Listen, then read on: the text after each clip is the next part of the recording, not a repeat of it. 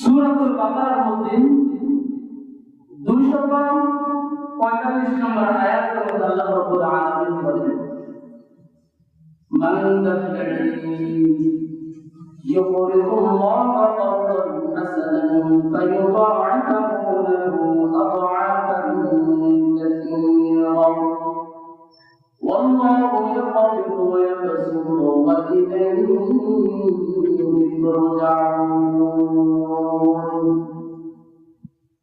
আল্লাহ রাব্বুল আলামিন বলেন, মান যাল্লাযী ইউকরিদুল্লাহা করদান হাসানান, দুনিয়ার মধ্যে কোন মানুষ যদি কোন মানুষকে, পৃথিবীর মধ্যে কোন মানুষ যদি আল্লাহ তাআলাকে করজে হাসানা দেয়, কি দেয়? করজে হাসানা দেয়। আল্লাহকে করজে হাসানা দেওয়া মানে কি? আপনি কি চাইলে আল্লাহ তাআলাকে কি সরাসরি কোন টাকা কোন বন্ধক দিতে পারবেন নাকি? না, পারবেন না। আল্লাহকে করজে হাসানা দেওয়া মানে হচ্ছে দুনিয়ার যে অসহায় মানুষগুলো আছে, দুনিয়ার মধ্যে যে এতিম মানুষগুলো আছে, অভাবী মানুষগুলো আছে, এই অভাবগ্রস্ত মানুষগুলোর বিপদের সময় আপনি যদি তাকে টাকা দিয়ে ধন-দৌলত দিয়ে যদি সহযোগিতা করেন, দেন, তাহলে ওই লোকটাকে দেওয়া মানে হচ্ছে আমার আল্লাহকে করজে হাসানা দেওয়া। সুবহানাল্লাহ। আল্লাহ এটাই বলতেছেন, কেউ যদি আমাকে করজে হাসানা দেয় মানে আমার বান্দাকে কোনো কিছু দিয়ে যদি সহযোগিতা করে, আল্লাহ রাব্বুল আলামিন বলেন, ফায়ুদাই'ফাহু লাহু আদ'আফান কাসীরা, আমি আল্লাহ কথা দিলাম, আমি আল্লাহ তার সম্পর্কে দুই গুণ বৃদ্ধি করে দিব। সুবহানাল্লাহ। মুসলমান ভাইরা আমার, একটু লক্ষ্য করুন, একটু খেয়াল করে দেখুন তো, আপনি যদি আপনার ভাইকে যদি 10,000 টাকা দিয়ে সহযোগিতা করেন, দিন যদি আপনি দেন, আমার আল্লাহ ওয়াদা দিচ্ছে, ও বান্দা তুই 10,000 টাকা দিছ, আমি আল্লাহ তোকে পরবর্তীতে 20,000 টাকা মালিক বানিয়ে দিব। তাহলে যা দিবেন তার দুই গুণ তিনি করে দিবেন, তিনি কে? আমার আল্লাহ আপনাকে বরকত দিয়ে, আমার আল্লাহ আপনার আল্লাহর রহমত দিয়ে আপনার সুন্দরকে বৃদ্ধি করে দিবেন। আল্লাহ পরে বলতেছেন, ওয়াল্লাহু ইয়াকবিদু ওয়া ইয়াবসুতু, তোমাদের আল্লাহ সম্পদ সৃষ্টি করে এবং তোমাদের আল্লাহ তোমাদের সম্পদের মধ্যে সচ্ছলতা দান করে। সুবহানাল্লাহ। ওয়া ইলাইহি তুরজাউন, এবং তোমাদেরকে সে রবের কাছেই প্রত্যাবর্তন করতে হবে। তাহলে এই আয়াত থেকে আমরা কি বুঝলাম? আমরা যদি কোনো ভাইয়ের বিপদে যদি সহযোগিতা করি, লাভ আছে না নাই? আছে। সূরা মায়দার মধ্যে আল্লাহ রাব্বুল আলামিন কি বলেন দেখুন শুনুন। সূরা মায়দা 12 নম্বর আয়াত আল্লাহ রাব্বুল আলামিন বলেন, লাইন আকামতুমুস সালাতা ওয়া আতাইতুমুজ যাকাতা ওয়া আমানতুম বিরুসুলি ওয়া আযযারতুমুহুম ওয়া aqradতুমুল্লাহ قرضا حسنا لأكفرن عنكم سيئاتكم ولأدخلنكم جنات تجري من تحتها الأنهار।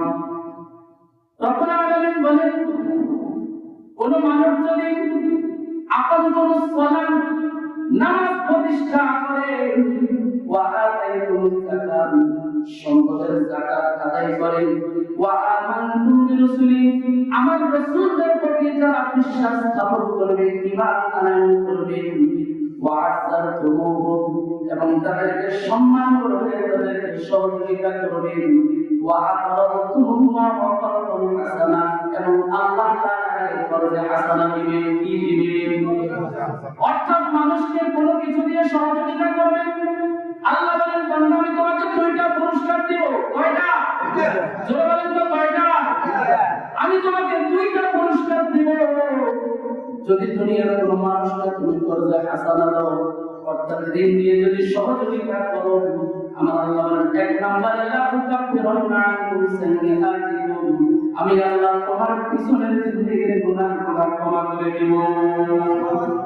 দুই নম্বর আল্লাহ বলেন, ওয়া লাউদখিলান্নাকুম জান্নাতিন তাজরি মিন তাহতিহাল আনহার, শুধু তোমার গুনাহ ক্ষমা করব তাই নয়, বরং মৃত্যুর পর আমি আল্লাহ তোমাকে এমন এক জান্নাত দান করব যে জান্নাতের তলদেশে নহর প্রবাহিত হবে। সুবহানাল্লাহ। তাহলে আয়াতে আমরা পাইলাম যদি কোনো মানুষের বিপদের সময় আমরা ঋণ দিয়ে, টাকা দিয়ে, কোনো কিছু দিয়ে যদি সহযোগিতা করি, ধার দিয়ে, ঋণ দিই, আমাদের গুনাহগুলো ক্ষমা করবেন কে? এবং আমাদেরকে মৃত্যুর পর জান্নাত দিবেন কে? লাভ আছে না নাই?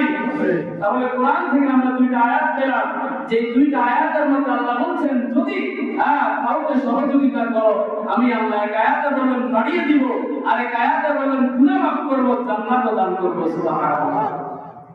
এবার চলুন তো রাসূল হাদিসের মধ্যে এই ব্যাপারে কি বলেন শুনুন।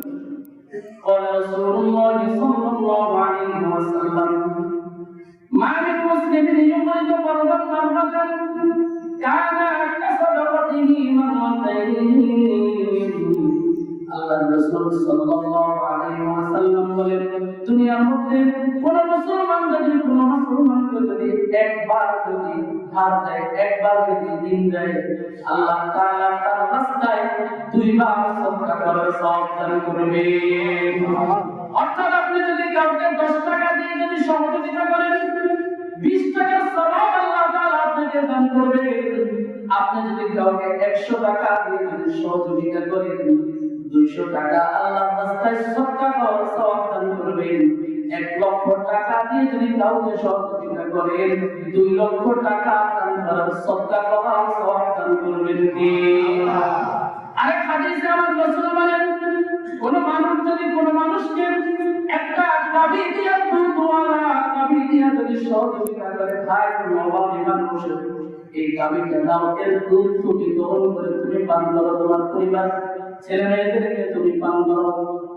অথবা রাসূল বলেন, কেউ যদি কাউকে স্বর্ণ রূপা দিয়ে যদি সহযোগিতা করে, অথবা রাসূল বলেন কোন পথিক রাস্তা হারিয়ে ফেলেছে, পথ হারিয়ে ফেলেছে, এই পথিকের রাস্তার সন্ধান দিয়ে যদি কেউ তাকে সহযোগিতা করে, আমার রাসূল বলেন এই 3 কাজের মধ্যে থেকে কোন কাজ যদি কোনো মানুষ করে, আল্লাহ তাআলা তাকে একটা গোলাম আজাদ করার সওয়াব দান করবেন। সুবহানাল্লাহ। তাহলে দুইটা হাদিস পাইলাম, দুইটা কোরআনের আয়াত পাইলাম, যে আমরা যদি মানুষকে ঋণ দিই, লাভ আছে না নাই? আছে ভাই।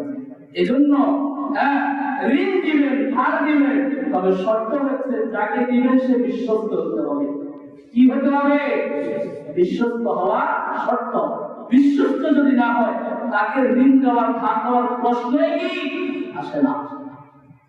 যে লোকটা বিশ্বস্ত, যে লোকটা বাস্তবে সমস্যার সম্মুখীন, দিলে আবার আপনার টাকাটা ফিরিয়ে দিবে, এমন বিশ্বাস যার প্রতি আছে, তাকে যদি আপনি নেন, তাহলে এই সওয়াবগুলো আল্লাহ তাআলা আপনাকে দান করবেন। সুবহানাল্লাহ। তাহলে একটা বিষয়, এবার আসেন আপনি একটা মানুষ